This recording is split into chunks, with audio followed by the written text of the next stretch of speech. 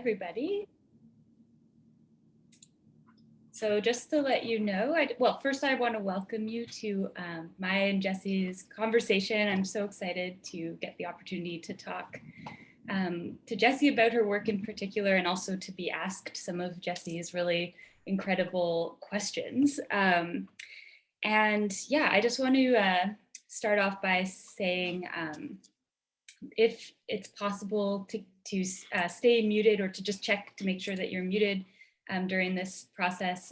That's usually the best way to keep things flowing, and we're recording this, so I think you should have all gotten an indication from Zoom that that is happening, just to let you know. And I'm gonna just flip it over to Jessi for territorial acknowledgement, and then I'll pop back in and I'll start by reading from her work. Excellent. Thank you, Sarah. Hi, everyone. So I wanted to begin by acknowledging that Sarah and I are speaking from unceded Indigenous lands, and to encourage you to educate yourself about the lands from which you're listening today as well. The Kanien'kehá:ka Nation is recognized as custodians of the lands and waters on which we live. Jogage, also known as Montreal, is historically known as a gathering place for many First Nations. Those include Abenaki, Anishinaabe, Hattawatsinane, and Wendat. As uninvited guests, it is our responsibility to contribute to the important work of decolonization and to honor the continued connections of the past, present, and future in our ongoing relationships with these lands, waters, and communities. And I thank you for joining us in this community today. Sarah. All right, so yes, welcome. So the way that we're gonna order events today is a little unusual, but hopefully very exciting. I'm gonna introduce Jessi's work and then read from her work. And then I'll read a little bit from my own book. And then Jessi will introduce me, read from my work, and then read from her work. And then we're gonna jump into a sort of back and forth conversation. So I will start with, I have a sort of two-part introduction to Jessi, one of which is, the basics that everyone should know. And then the other is just a bit more personal. So Jessi MacEachern is the author of A Number of Stunning Attacks, which is a stunning text, and you can see it behind her on her shelf, I noticed, which is great. It was published by Invisible Publishing this year. Her poetry has been published or is forthcoming in The Carousel, Touch the Donkey, Poetry is Dead, Vallum, Muse Medusa, Cantheus, Prism, and CB2, as well as the online chat books Ravishing the Sex into the Hold, which is published by Model Press, and You Do Not Like Animal Sounds, which is published by Ghost City Press, both this year. She's currently working as an assistant professor in the Department of English at Concordia, and is also my colleague at Dawson College, which is really exciting for me. So I want to say, just knowing Jessi as a dear friend, that she's definitely one of the most astute thinkers around language and the language of poetry that is often impermeable that I have ever met. And I had the pleasure of attending her PhD dissertation defense. Was that a couple years ago now? It was definitely pre-pandemic, but I'm still soaking that in. It was just such an incredible conversation, really proved to me that, yeah, Jessi's like one of the smartest people I've ever met. Yeah, I'm definitely blown away with the ease with which she discusses like very complicated theoretical concepts, and also just revels in the pleasure of difficulty, which I think is an increasingly rare and important trait.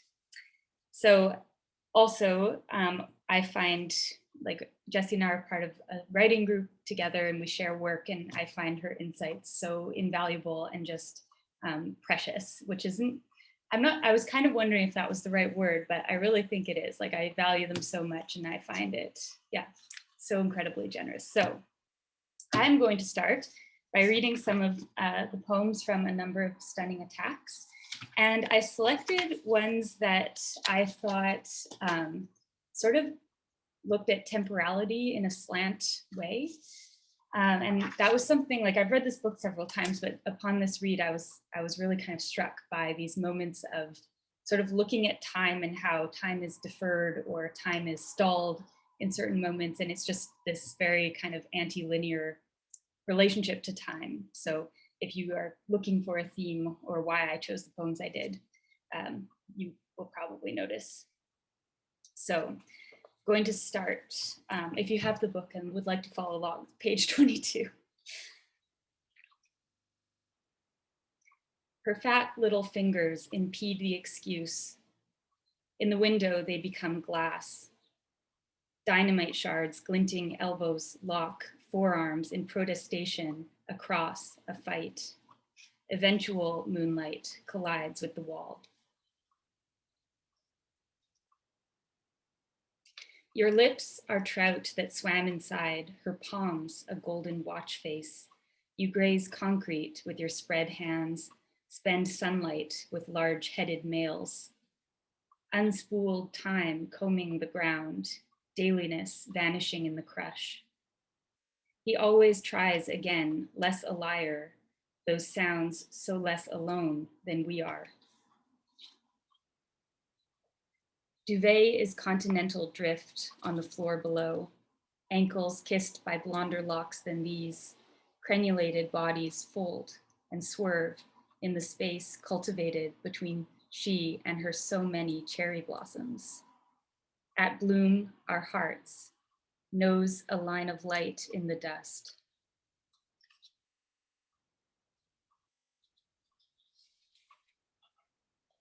She dreams a little in the dark, the city as it no longer exists, and it grew quiet.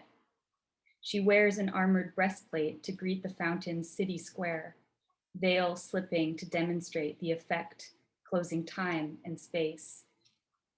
Her nature is improvisational in approach. She begins with a friendly and relaxed tone. Love is the difficult realization.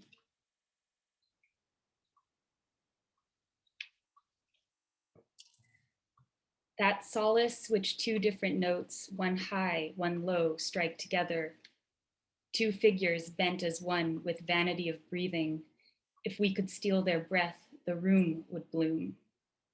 What angers her is the interruption of self in drawing up, drawing in, saying to the other, yes, dear, I am here, sequentially touching each other, and then at distance from each other, inevitably she would become.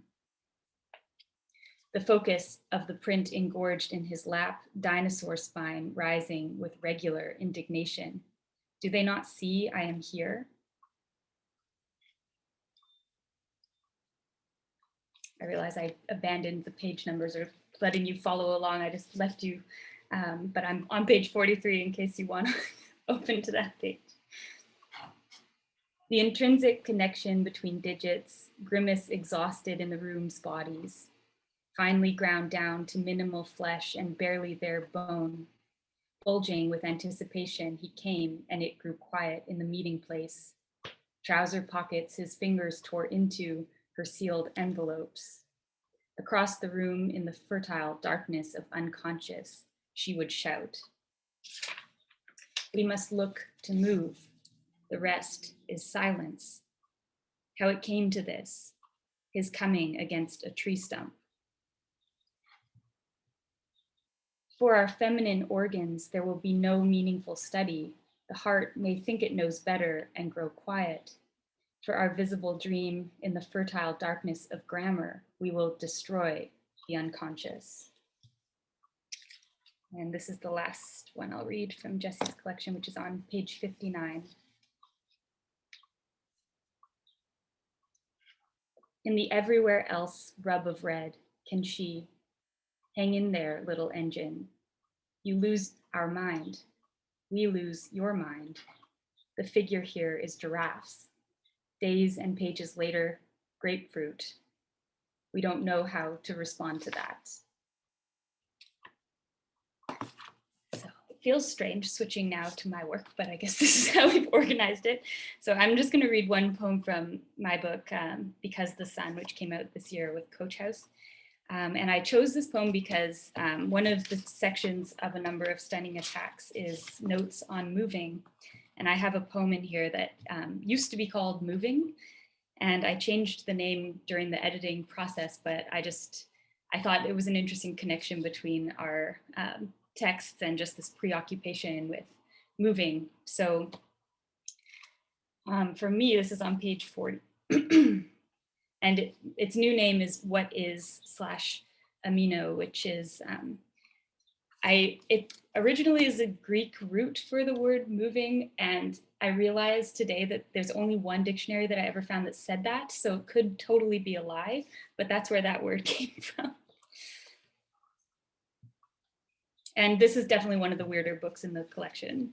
It ends with a strange list, a very Montreal strange list. So what is / amino? Hey you, move your car. I am moving. It drew myself a picture. It flew home. It saw me one night and it thought it looked nice, being terrible to it. A sleight of mind, several. It drew until it was certain of my punishability. In the fairy forest, on the wet walk, hello, it is moving, boxed beside the truck. What does it think is wrong with me? I am smilingly alive, smoking myself out, walking to its house, writing letters in its bed. Take this knife, this spoon, my eagle.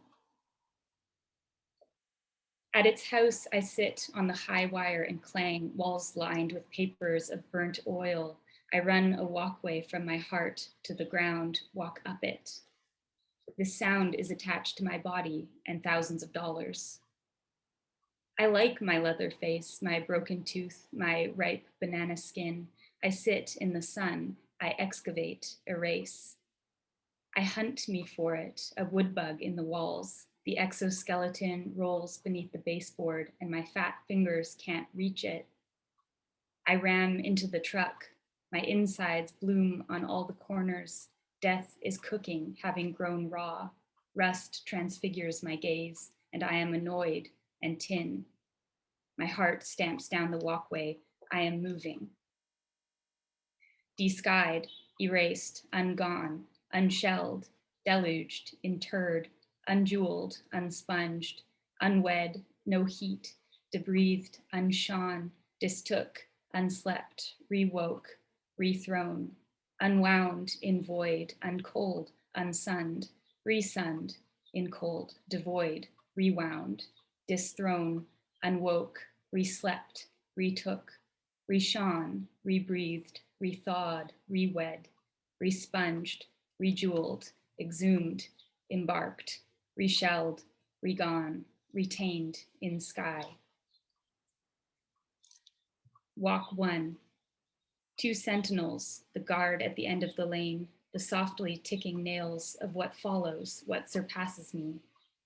Take comfort, the pain it is evenly spaced, and the guard it guards.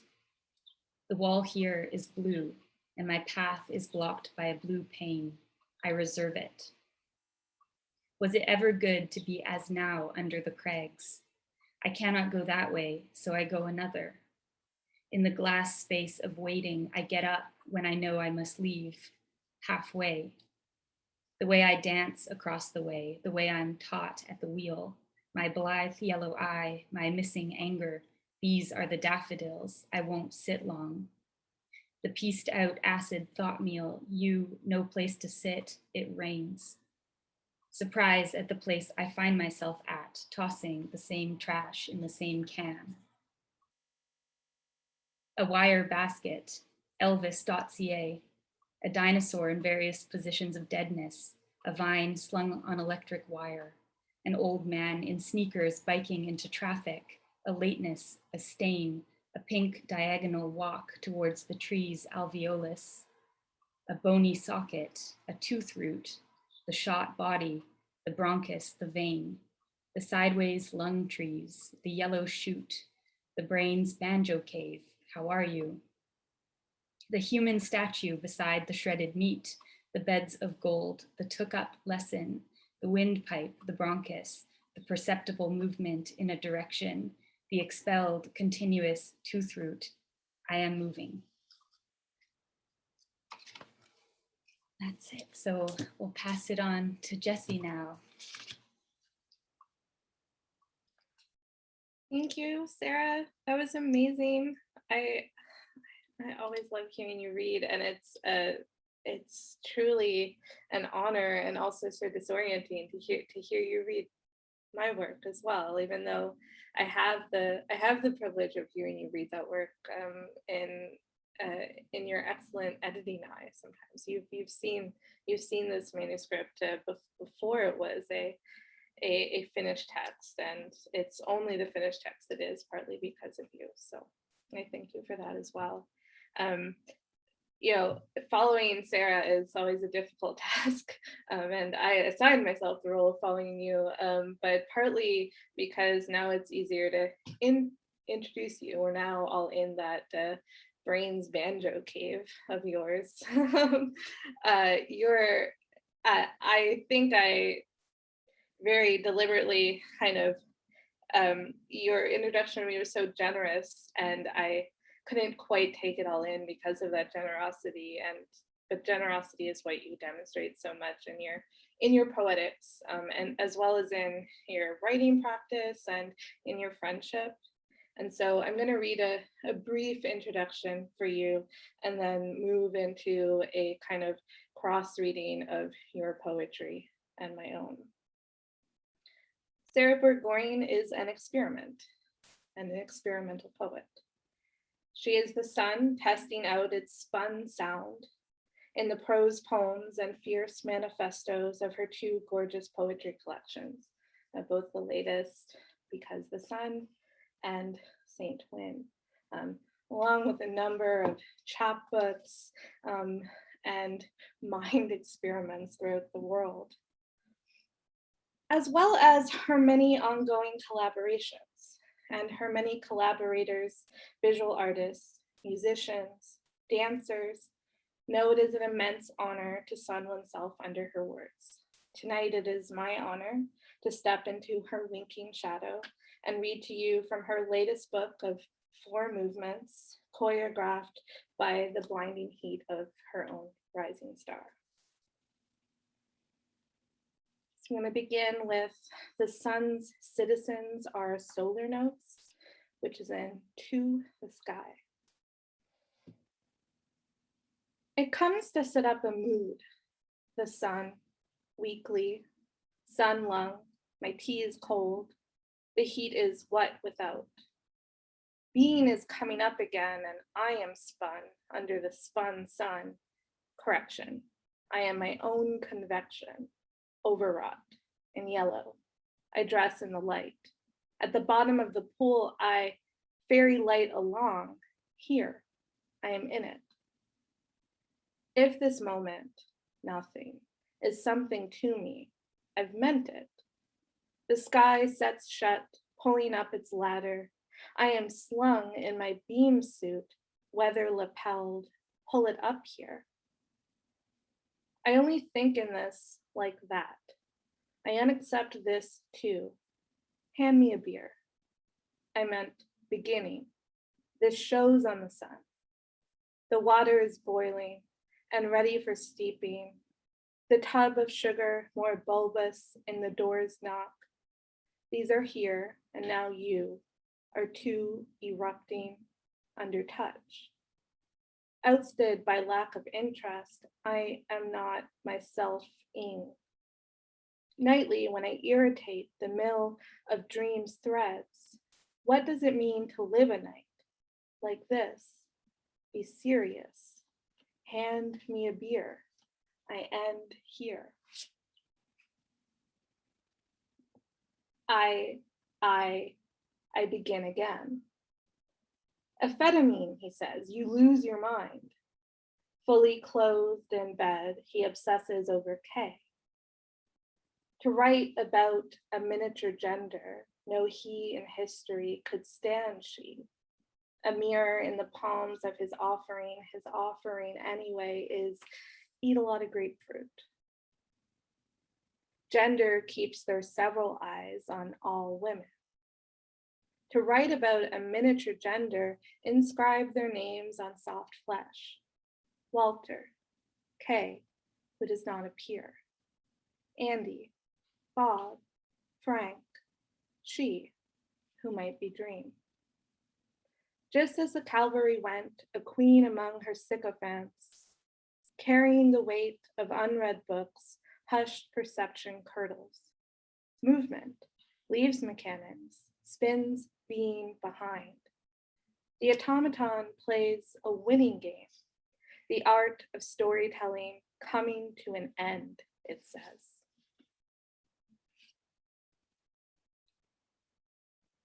It was all worth it, since it was so vastly interesting. Sit in sun snow, which is sky, or something serious. Love for the imagined now. Over and lived up to, unspared. Grow out of this. The blue bell I knew was this, its alley is mine. The broken glib button was this, send it to the sun. The 7 tongue ties of your bad day, throw them to the winds. The broken salt dish, its serious fate, hurl it for luck. Can't turn off a single light. L'installation était ainsi faite. It was all or nothing, c'est fate. A good day sun, a cactus sun, sends sharp, translucent rays under the skin, pain singing. Sky draws sadness close to me and plummets its shining cyclops. Multiform me, evolute me, amount. Look at the moment. It's joy here. Exit nightfall. Enter rough birds. A calm lemon in the sky. The weather's a spirit, all hazard. The gentle purple breeze meets the burial house of noon. Warble me, street me. I thought of it, the sun, and it's brought forth miracle, expanding herbage. Where can I hang this? Where can I find a house to perfume it with sundown?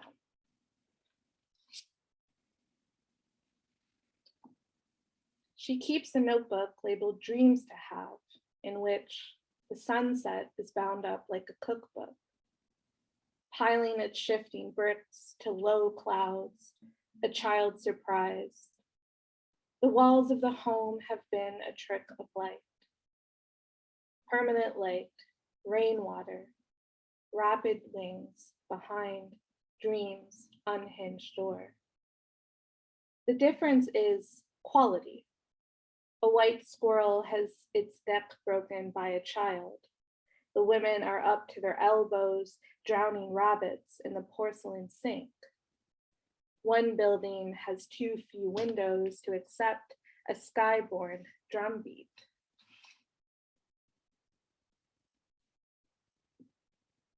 A work of art is a confession.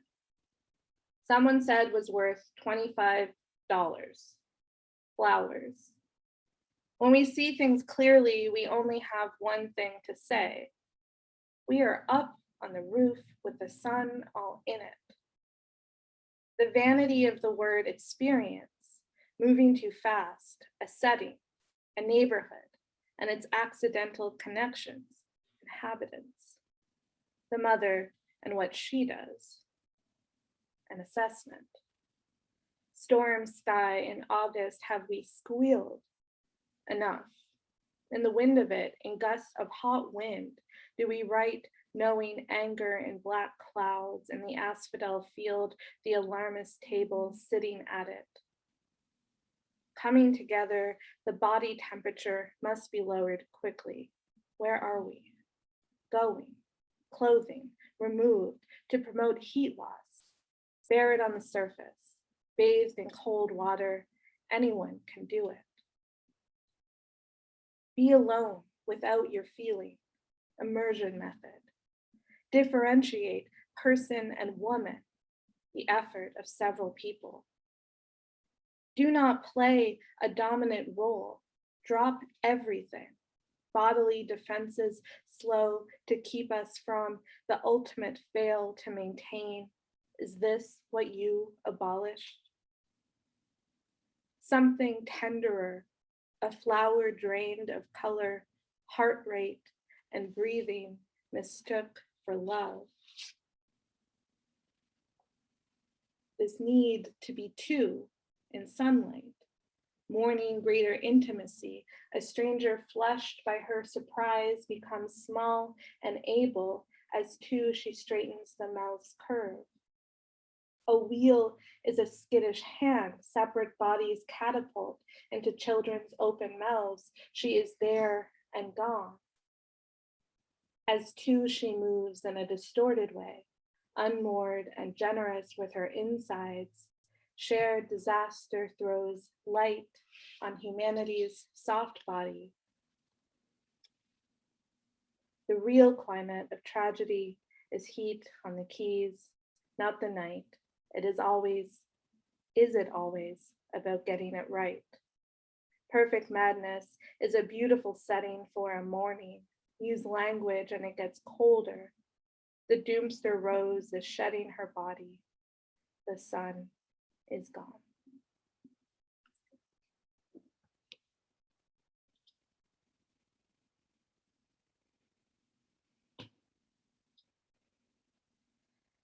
So I guess that leads us into the conversation part of this reading. I guess I'll go first, Sarah. I'll ask you. Sure.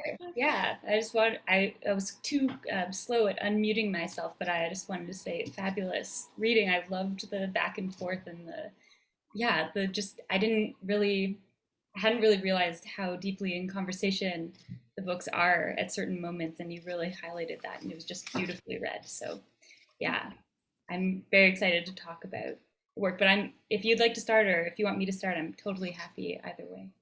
Well, since we were just in Because the Sun, maybe I'll ask about it, and we'll continue with it, and then you can bring us back to A Number of Sunny Attacks. Great. So really what I want to begin with is, your poem, which does kind of have at its center that attack. I didn't read from it, but there's a long poem in Three Women based on Thelma and Louise, which is also the music you heard when you came into the meeting. And I love this long poem. I was perhaps too intimidated to read from it quite. So I want to ask you a question about collaboration, about ekphrasis, about visual art. And so, of course, the question begins with a bit of a tangent. So I'll lead into it. But in summary, I do want to ask if we can think of Three Women, the long poem, as a piece of visual art, as a work of visual art. Perhaps and this is partly inspired by a recent talk I saw with Clara in the meeting now, as a moving sculpture of sorts. So in this schema of thinking of it as a visual art, I've been thinking of first the main walls of text. So their density to me kind of like act as a screen, whether that's a screen for like a film projection. Though I was also thinking of Lisa Robertson and her screens in Debbie and Epic. She has these like margin bleeding pieces of text in that epic that are difficult to read and kind of separate the different parts of that long poem. So there's the walls of text. There's also, secondly, the black hole in each screen. So in each wall of text, there's literally a black hole on each page that interrupts the text. And I think of this as a point of origin for the projective stream. And then that brings me to, you were at my dissertation defense, the modernist poet HD, who is definitely experiencing some kind of sunstroke when she writes her own filmic projections. And then thirdly, after the main walls of text, the black hole, there is the missing text, the text cut out from the whole, which appears elsewhere. For us, that's the inverse of the page. And then, reading this all together is the difficulty of reading it is also like, the pleasure of reading found both in Gail Scott and Bart. She cites Bart's The Pleasure of the Text. Mm. So if it is a work of art, I think we can think of it in the affirmative because of the movement, the switch, which repeats again and again, and then the emphasis of the camera's movement as well. The camera wobbles, the camera stops, but also because of the emphasis on color here. In the early scene, he emphasized just like how flooded with turquoise it is, the Thunderbird, the scarf, the room, and the net. So my question is, is this long poem, or any long poem, given that they're mass accumulations of text, a work of art in a sense outside the purely literary? This is a great question. These are the kinds of questions that I love so much and also feel like I could use 4 years to answer. But considering I have probably 4 minutes, maybe I'll start by just showing people what Jessi's talking about. So basically the poem has a sort of, it's either, a sun or a bullet hole, or when you were just asking me this question, Jessi, and mentioning the camera, I was thinking about the eye as well, and like the gaze, which is of course like very highly discussed in cinema studies, and whose gaze is it? And with, in terms of it being a visual work of art, I always find it interesting how we forget that words are visual objects, and that they're formed in a certain way and designed in a certain way, and we kind of just take them for granted that like the earth was made and so was Times New Roman. But it's like they're always pictorial anyways. And I think, one thing I love about poetry, and this is obviously not exclusive to poetry, but I totally love the formatting side of it, and in particular like geometrical shapes.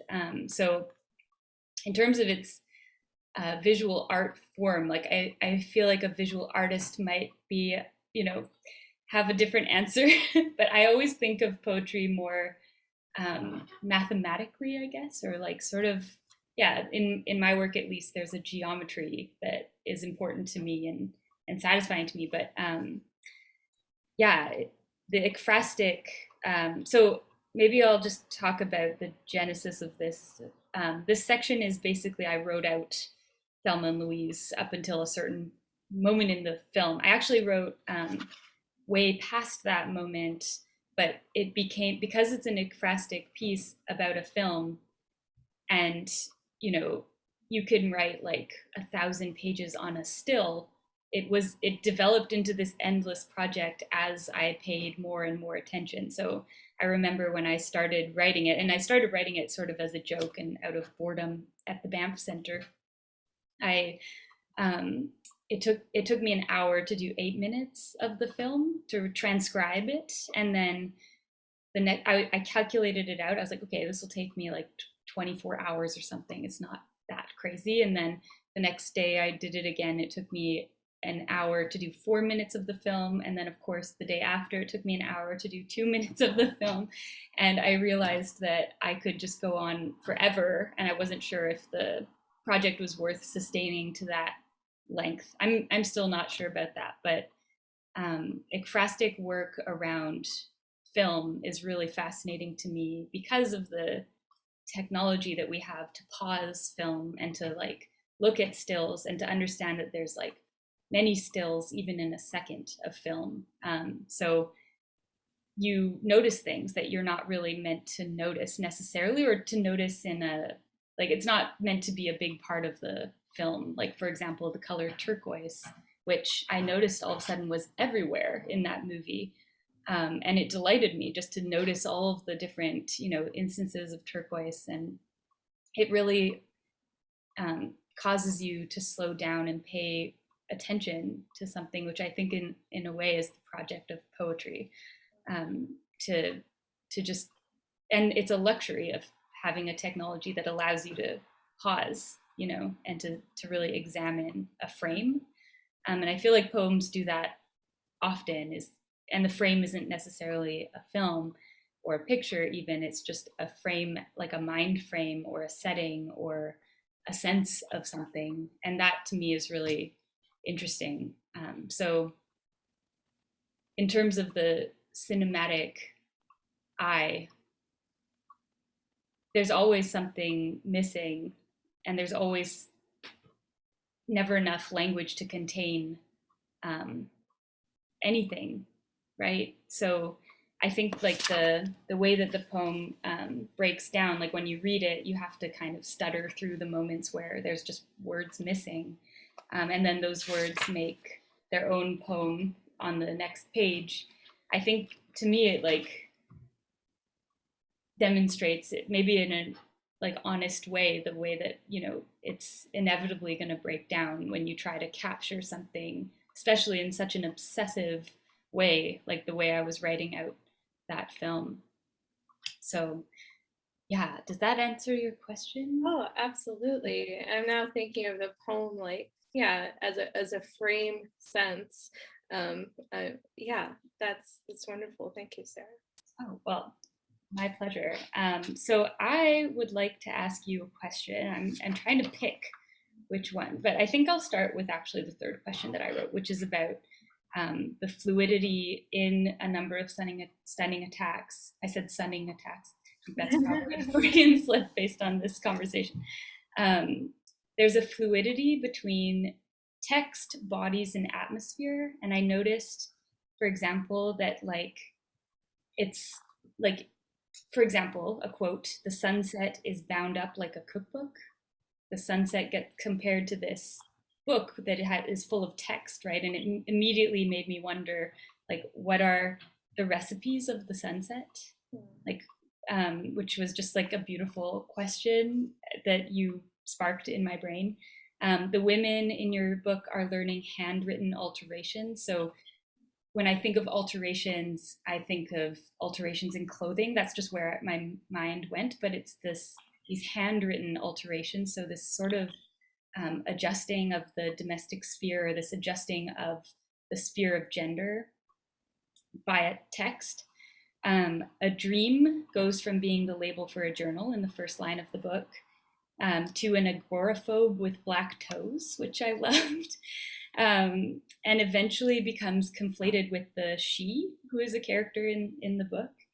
And also, there are palms that become watch faces. So I'm maybe being a bit liberal here, but I'm thinking of a watch face as a different type of text. It's not necessarily using words, but numbers. So there's this fluidity between bodies and time and space in which each of these things can easily become the other. And perhaps this is a way of pointing out that these things are not separate categories in the first place. So the palm that was the watch face is eventually a palm that is splattered with ink, another tool of writing. Absence, in this line really struck me. Absence is not a void, but an invisible body in the room. And, it really like changes the way you think about absence. Absence blots people out in one line of your book, but then also people blot absence out. There was a moment in the text where I started replacing she with dream, because dream, there's a line where you say they might be the same person. So I'm just going to show you actually on page 80. So every time I say dream, it's written she. Dream has about her a terrible aversion to leaving the house. Dream is searching for examples to parallel pot lids and dresses. To begin with, as you recall, Dream looked a little drunk. Nipple spitting its nylon sutures, Dream moaned. You recall Dream returned to the mirror and asked how it is one acts in private. So I love the idea of Dream being this tipsy agoraphobe, or like, this kind of wanting to know how to act in private. So my question, which I'm getting to, I promise, is what does the figure of Dream, capital D Dream, mean to you? And what is the significance of conflating dream with she? Um, is dream a body that moves fluidly between text, atmosphere, and flesh? Wow, excellent question, Sarah. Um, so it's a really interesting place for you to kind of latch onto, because I think this treatment of dream in the book, it's something that arrived after probably the manuscript that you saw. When I was compiling these poems over many years, but finally had something that felt like the collection. It still needed, as you often say, like more space. It needed more room to breathe. And one of the ways that I did that was to insert these plays, or like these moments that were these like interactions between gender and dream, and they're not in the book any longer, but the writing of those and the insertion of those between the various parts kind of allowed me to see the role that both dream and actually gender, so capital D dream and capital G gender, played, because part of my early discomfort with some of these poems was that she, even though it's the third person, can feel too autobiographical, can feel like too much like in a confessional mode. And the she in this book, for so many parts, before she really does kind of break into multiple women or all women, a construction in the book which is a single word, all women. um, it can feel very claustrophobic, and I didn't want to get trapped in that she, whether as the author or just like as the writer trying to complete this work. And so that line in, I think it's a miniature gender, where I list the various names that gender has inscribed in her flesh, and besides she, I added in parentheses that she might be dream, allowed me to be like, oh, there's another possibility here. Like this she might not be simply like within the confessional mode of like a woman trapped in her home, but might also be this kind of allegorical sense of dream that's trying to breathe space into the poems. And so the dream specifically helped me kind of envision she outside of myself, and to see the ways in which, as you say, there is this fluidity between this like kind of constant female subject, as well as the multiple bodies in the poem, whether they're textual, whether they're the like concrete city, or whether they're moving weather patterns. So like, and it was a little bit of a, but it was a little difficult in the editing process, because I also have dream, the lowercase d, as like a noun and a concept. This is not a world without dreams as we know them, but I still wanted to have that capital D dream there as something separate. And kind of noting the difference between those two became a little bit of the difficulty. But yeah, dream allowed me into the collection with greater ease, greater breadth. It sort of reminds me, I can't remember if I read this in an essay of Gail Scott's or an interview, where she is saying that her texts are asking the question, like, who speaks when one speaks?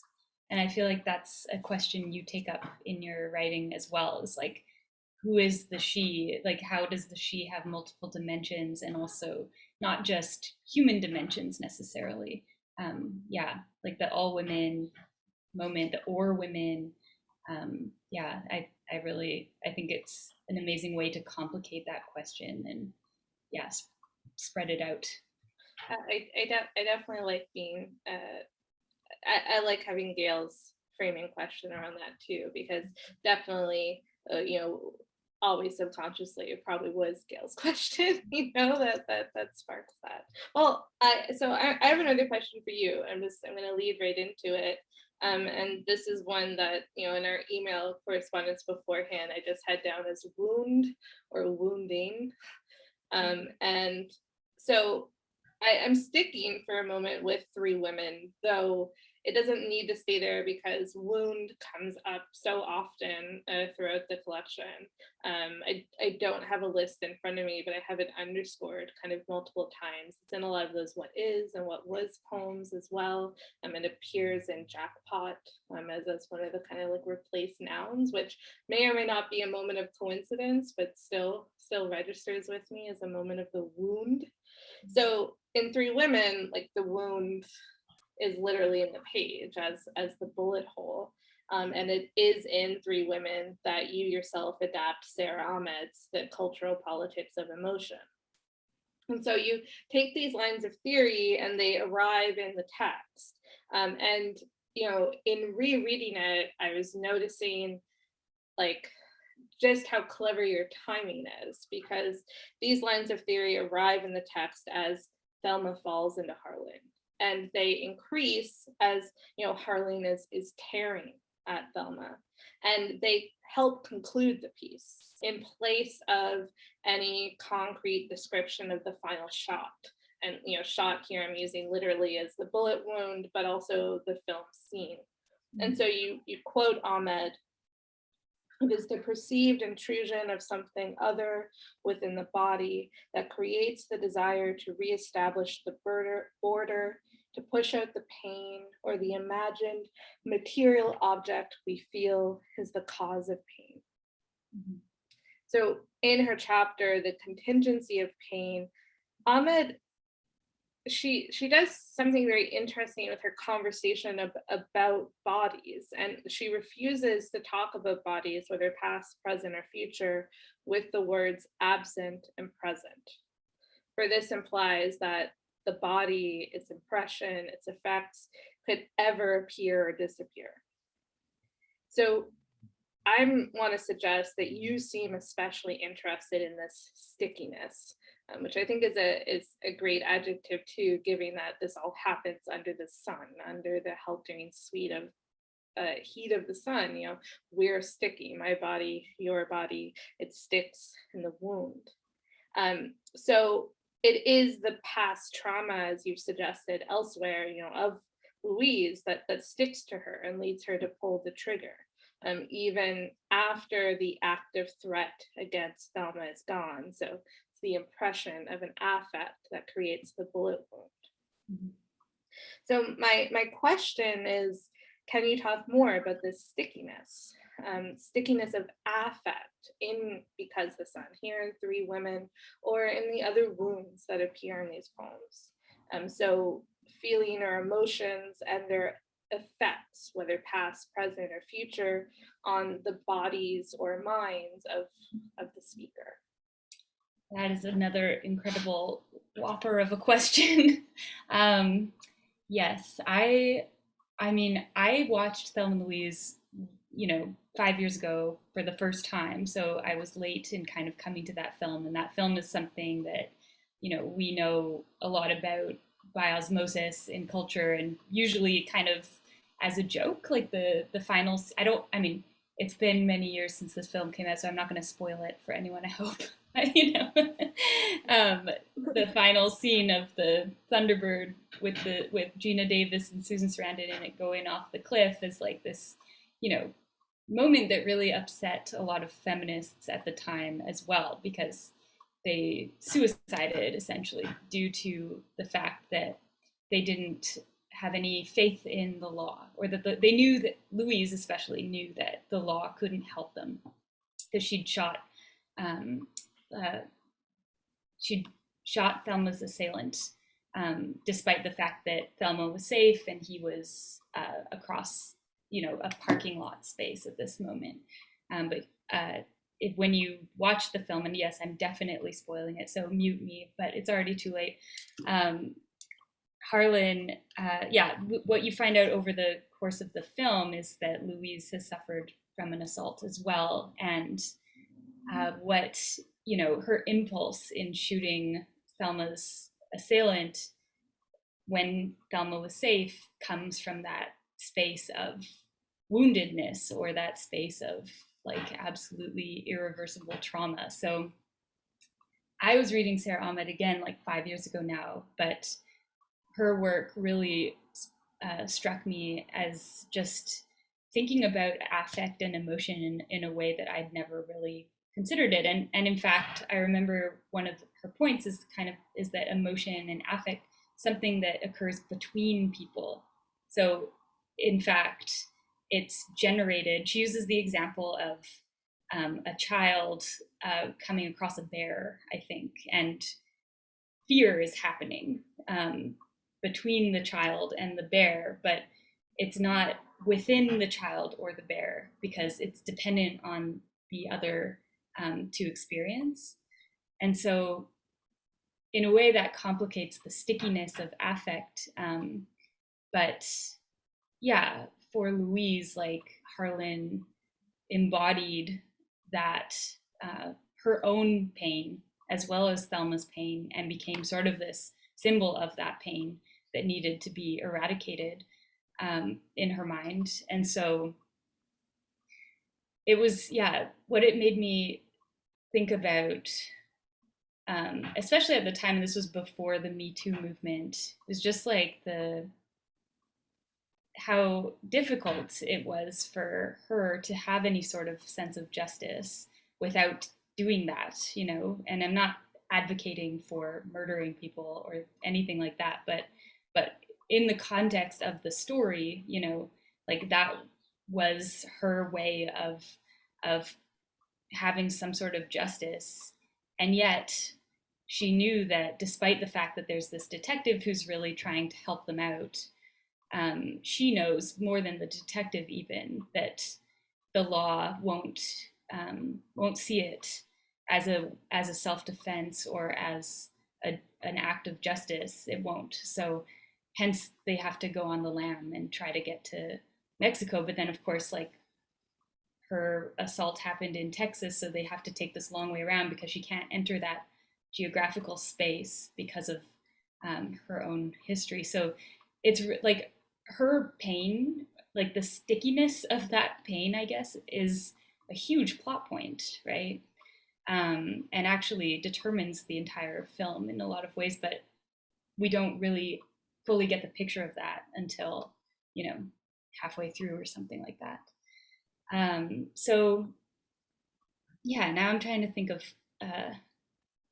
just like the wound in general. I feel like there are so many theorists who've probably spoken about the wound in a much more eloquent and philosophical way than I'm speaking about just telling you what happens in a movie.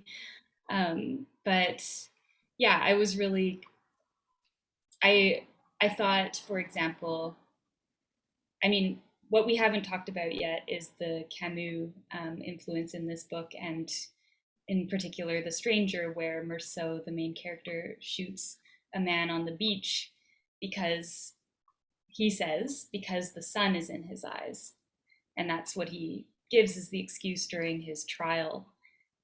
So again, this kind of like that, I started with Camus and it led me to Thelma and Louise, but what I was thinking about was how it's so easy to absorb ambient violence or to absorb something that has happened to you and then direct it at someone else. And in this case of The Stranger, L'étranger, like the sun becomes this symbol of for me of violence that's, you know, just ambient, right? Like it's just in our culture, and it you know is people experience violence all the time and then redirect it in this horrific way, and often towards women, but of course not always. So yeah, that's really sort of at the crux of because the sun, and of course the title is Meursault's excuse for having killed a man on the beach. Yeah, your poetry is like somewhat reworking the like cliche of like salt in the wound. It's sun in the wound Right. here, and it's because of the sun that the wound even exists.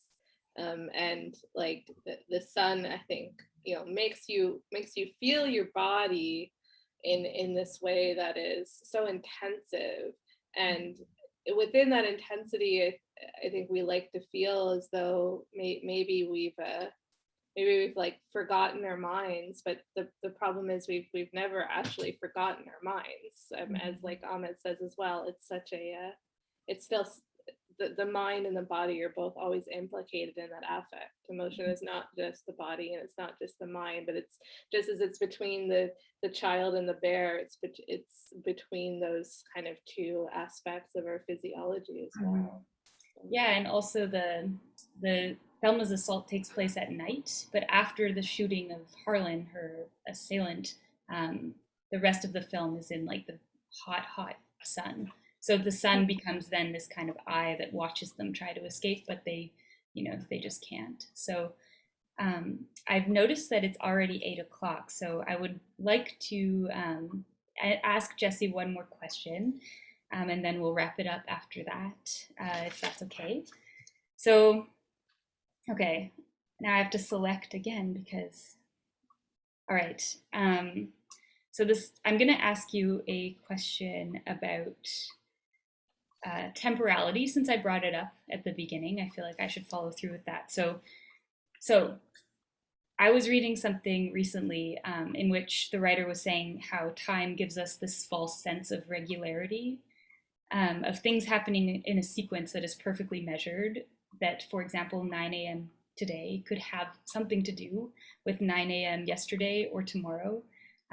He's arguing this is false. Like this is just a design that we've made to basically have capitalism function, but it gives us this sense that things are supposed to be regular in some way, or repeated in a pattern. So what I noticed on this read of A Number of Stunning Attacks was how temporality is interestingly irregular or askew.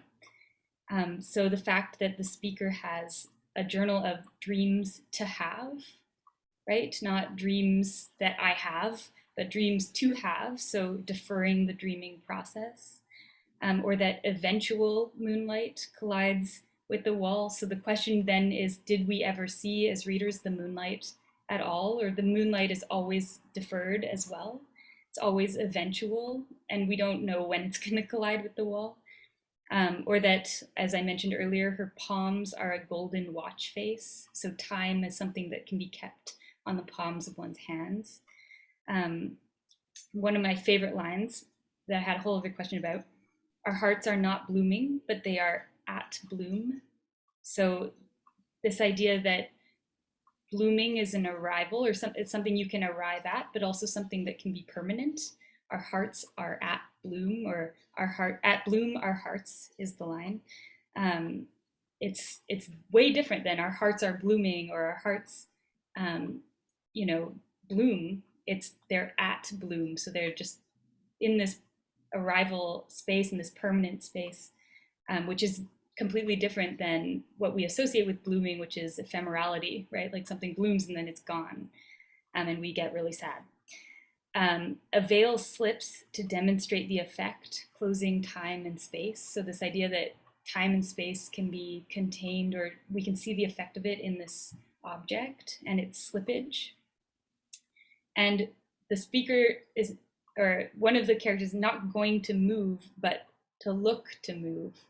So again, this kind of deferral of eventually will look to move. So what I'm trying to say is there's this interesting sort of deferral, or even a sort of standstill in the face of time. But then there's this line: her nature is improvisational in approach. She begins with a friendly and relaxed tone, and then a quote: love is the difficult realization. So in my mind, improvisation seems like a sort of thawing of time. It's, for me, like when it enters its most fluid state, like a waterfall in the spring, after it's thawed. So what I'm asking is, or what I'm trying to point out, is a complex, like non-linear relationship these poems have to time, and how they require their reader to experience time differently also, since poems, and often experimental poems, ask the reader to linger, right? You can't just like breeze through a book of experimental poems and be like, I've consumed that. Like they're sort of anti-consumerist in their construction, because you snag, like the readers will snag on the experiment, right? which is a good thing. So what I'm asking is, what do these poems do for your sense of time, or what, in your view, is the relationship between poetry and time? And this is the biggest question I could possibly ask, probably. But I know maybe I'll stop there. I gave you a bunch to think about, so I'll just, yeah. Well, in listening to your question, which is like so beautifully phrased and has so many like in and of itself has like so many kind of like beginnings for a new poetic philosophy of time. I realize that there is like a text underlying this that like I don't signal, you know, within like I don't really offer an introduction or an epigraph or notes even, and I'm not even sure I was conscious of this when I was editing it, but these poems got, you know, revised over a period of about 10 years, and in that time I like undertook the study of a long epic poem by the modernist poet HD called Helen in Egypt, and that poem takes place out of time or in all time. It takes place in like an alternate space and time wherein Helen, the Grecian Helen, was never at Troy, but also at the same time she was, because she draws Achilles to her, who has been wounded, who has perished in that war, and who knows her because of her place on those walls. But they also kind of project for themselves this future in which they could be out of space and time together. And so the like present possibility of the poem is out of time, whereas it also contains the past as we know it, and the future as is actually quite impossible. That poem kind of concludes by silencing Helen, and really by not kind of offering her that kind of being, that all being. And so I think a lot of my writing also kind of takes place in that sense of all time or out of time, that just like the like fluidity of she and dream and the bodies and concrete and the cookbook, time can get like all caught up in it as well. You're in the present moment, but the past is there with you, just like with Louise and her past assault, but so is the future, you know, especially if you can feel the sun and want to drive forward, maybe not off a cliff, but elsewhere. And so I think those moments when it is like actually present, those improvisations you were talking about, I think are my gestures beyond that kind of that somewhat despairing view of Helen, where all time does not allow her to escape her fate as Helena, hated of all Greece, and you know, like the face that launched 1,000 ships. She's only and always like the symbol of all women, but also the betrayal of all men. Whereas in the moments in this book, which is like with it, you know, has as its, you know, span not ancient Egypt, but you know, probably a city very like the one I'm looking out at, you know, an urban Montreal or any kind of urban space here in, you know, our various spatial and temporal locations. It's able at times to like be within that all time and get caught in the past and like project itself into the future, but there are these really like promising glimmering moments in which, because she's not like imprisoned as Helena in all time, she can improvise, she can feel the sun. And I think those moments are meant to be, you know, they are moments I think where maybe the reader snags for a different reason, because there may be slight pauses of the difficulty. You know, they feel like a sensation that we can partake in. So all that to say, like in summary, HD's Helen in Egypt is really there with me in terms of its timelessness of the text, but also its very complicated treatment of time, and you know, my she or dream or gender is trying to give like a new voice to that symbol of all women. That's so interesting. And I yeah, I think that it's an honest or maybe it's like a more authentic relationship to time, is this kind of, it is not this linear, like steady thing so much as there's moments that slow and there's moments that speed up, and this sort of improvisation is almost like a way to like launch yourself out of time, or out of like a sense of time, which is, I guess, all that time is a sort of sense of something, which yeah yeah, can speed up and slow down. And also, your palm can be a watch face, it's true. So yeah. Speaking of time, I guess we're out of it. Yeah, speaking of time. I have a million more questions for you, but I also, as time is precious, and I don't want to take any more of those of you who have so graciously joined us. Mhm. I'll just say thank you to everyone who has attended. It's been delightful to have you in attendance. It's been nice to see a few faces and to see your names. Mhm. And well, I'll leave it to you, Sarah. We can say Yeah, I just want to second that. Thank you. And just, yeah, it's a real delight to, yeah, see people's faces in the Zoom world, and just to be able to talk about books this way. And when I asked Jessi after everyone leaves the recipes for the sunset, I'll send them around. I'll put them in an email for everyone. So yeah. well, cheers to the sun, and And cheers to cheers to you. the stunning attack. Thank you, everybody. Thank you. Bye. Bye.